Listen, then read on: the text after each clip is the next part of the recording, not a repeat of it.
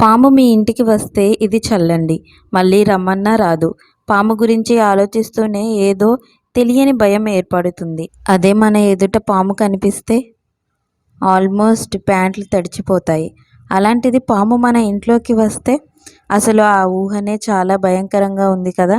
కానీ పాములు ఇళ్లల్లోకి రావడం సాధారణమే.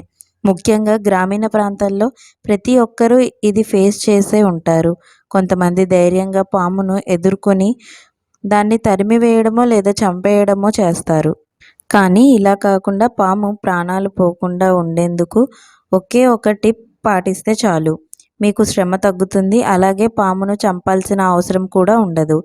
గ్రామీణ ప్రాంతాల్లో పాముల బెడద నుంచి కాపాడేందుకు గుర్రపు ముల్లంగి, హార్స్ రాడిష్ మొక్కలను ఇంటి బయట నాటుతుంటారు.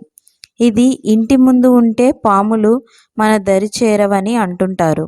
అలాగే మరో ముఖ్యమైన విషయం ఏంటంటే పాములను తరిమి కొట్టడానికి కిరోసిన్ ఆయిల్ స్ప్రే చేస్తే చాలు, అవి మన దరి చేరవు. ముఖ్యంగా గిరిజనులు ఈ పాములను తరిమి కొట్టడానికి కిరోసిన్ నూనె చల్లడం ఒక ఆచారమట.